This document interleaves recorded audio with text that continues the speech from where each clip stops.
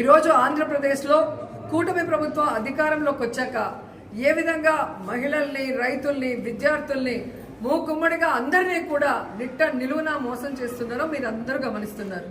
ముఖ్యంగా ఈరోజు చూస్తే కూటమి ప్రభుత్వం అధికారంలోకి వచ్చి 15 నెలలు అవుతుంది. ఈ 15 నెలల్లో రైతుల జీవితాలకి నరకం చూపిస్తున్నారు.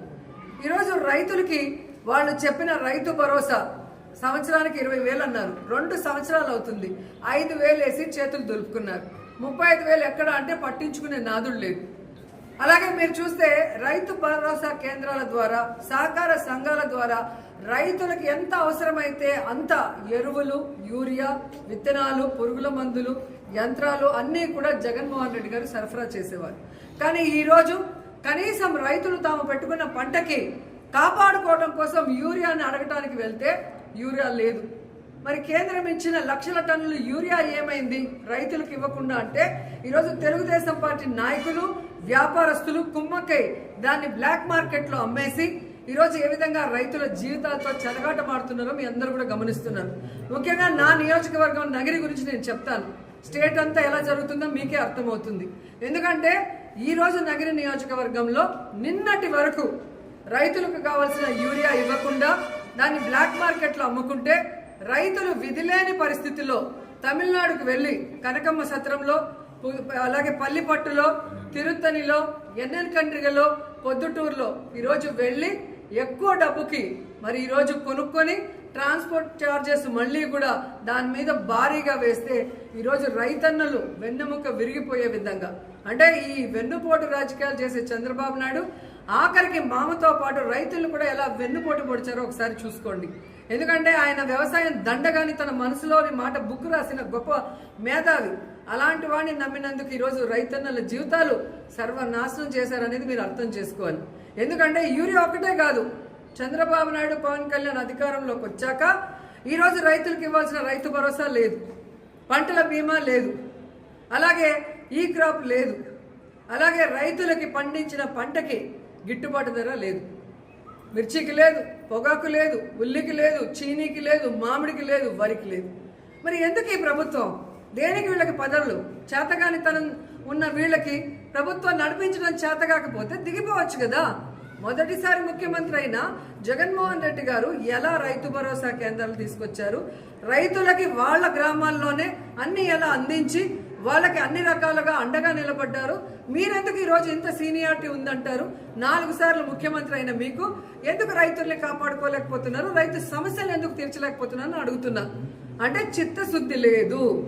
ఈరోజు చంద్రబాబు నాయుడుకి, పవన్ కళ్యాణ్కి, లోకేష్కి ఈరోజు రాష్ట్రంలో వాళ్ళ కూటమి ప్రభుత్వంలో ఉన్న ఎమ్మెల్యేలకు, నాయకులకి ఇసుక దోచుకోవడం, మద్యం దోచుకోవడం, అలాగే భూములు దోచుకోవడం, ట్రాన్స్ఫర్లలో దోచుకోవడం ఎలా అలవాటైందో ఈ రైతుల నోట్లో మట్టి కొట్టి యూరియాని కూడా బ్లాక్ మార్కెట్కి అమ్మేసి దోచుకోవడం చూస్తుంటే వీళ్ళు ఎంత కక్కుర్తిగాళ్ళో ఈరోజు మనకు అర్థమవుతుంది. సో ఇలాంటి నాయకుల్ని, వ్యాపారస్తుల్ని, బ్లాక్ మార్కెట్ని నియంత్రించాల్సిన బాధ్యత ఉన్న చంద్రబాబు నాయుడు నియంత్రించకపోగా ఎక్కడా కొరత లేదు, సఫిషియెంట్గా అంతా ఉంది అన్నాడు. మరి అంతా సఫిషియెంట్గా ఉన్నప్పుడు ఎందుకు గ్రామాల్లో రైతులకి యూరియా దొరకట్లేదు?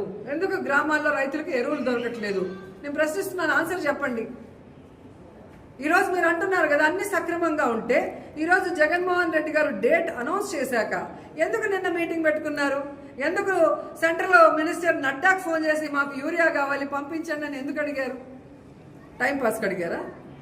అంటే కొరత ఉందని మీకు తెలిసి సైలెంట్గా ఉంటారు మీ ఛానళ్ళన్నీ.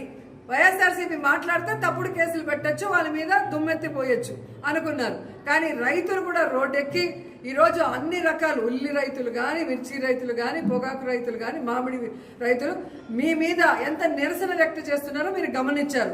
దానికి అండగా ఈరోజు వైఎస్ఆర్సీపీ నిలబడగానే మీరు దిగొచ్చి ఈరోజు కేంద్రంతో మాట్లాడుతున్నారే. మరి ఈరోజు అక్కడ మాదే ప్రభుత్వం, ఇక్కడ మాదే డబుల్ ఇంజిన్ ప్రభుత్వం అన్నారే. మేము లేకపోతే మోడీ లేడు, మా మీద ఆధారపడి ఉన్నాడు అన్నారు కదా. మరి ఎందుకు మన రాష్ట్రానికి కావాల్సిన ఏ బెనిఫిట్స్ మీరు తేలేకపోతున్నారు?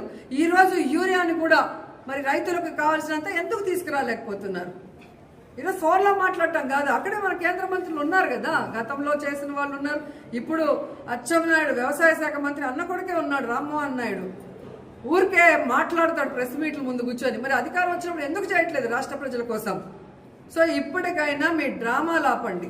మీ డ్రామాలు ఆపి రైతులకు కావాల్సిన యూరియాని, ఎరువుల్ని వెంటనే అందుబాటులో తీసుకొచ్చి అందరికీ అందజేయండి. ఆల్మోస్ట్ ఈ రోజుతో అంతా అయిపోయిన తర్వాత ఇప్పుడు తెచ్చాము అని చెప్పి ఆర్డీఓతోనో పోలీసులతో చెప్పించి మమ్మల్ని సప్రెస్ చేయాలంటే ఇక్కడ ఉన్న వాళ్ళు రైతులు అందరు ఫేసులు చూసుకోండి. వాళ్ళకి ఎంత భూమి ఉంది, వాళ్ళు పంటలు వేస్తారా లేదా, వాళ్ళకి ఎరువులు కావాలా, విత్తనాలు కావాలా, యూరియా కావాలా మీరు గమనించండి. కాబట్టి వైఎస్ఆర్సీపీ వాళ్ళు అంటే ఏదో ఒక నింద వేద్దాం, ఏదో ఒక ఫేక్ కేసు పెడదామంటే ఎవ్వడు భయపడే పరిస్థితి లేదు. మేమందరం కూడా పోరాటాల పార్టీలో ఉన్నాం. దమ్మున్న నాయకుడు జగన్మోహన్ రెడ్డి గారి నాయకత్వంలో ముందుకెళ్తున్నాం. మేము ప్రతిపక్షంలో ఉన్నప్పుడు ప్రజలకు ఏం చేస్తామని చెప్పామో అధికారంలోకి వచ్చాక అవన్నీ కూడా చేశాం. అన్ని వర్గాల వారికి, విద్యార్థులకి, మహిళలకి, రైతులకి. ఈరోజు అపోజిషన్లో ప్రజలు కష్టపడితే సహించాం. వాళ్ళ కోసం ఎంత దూరమైనా పోరాడతాం, ఎన్ని కేసులు పెట్టినా కూడా పోరాడతాం.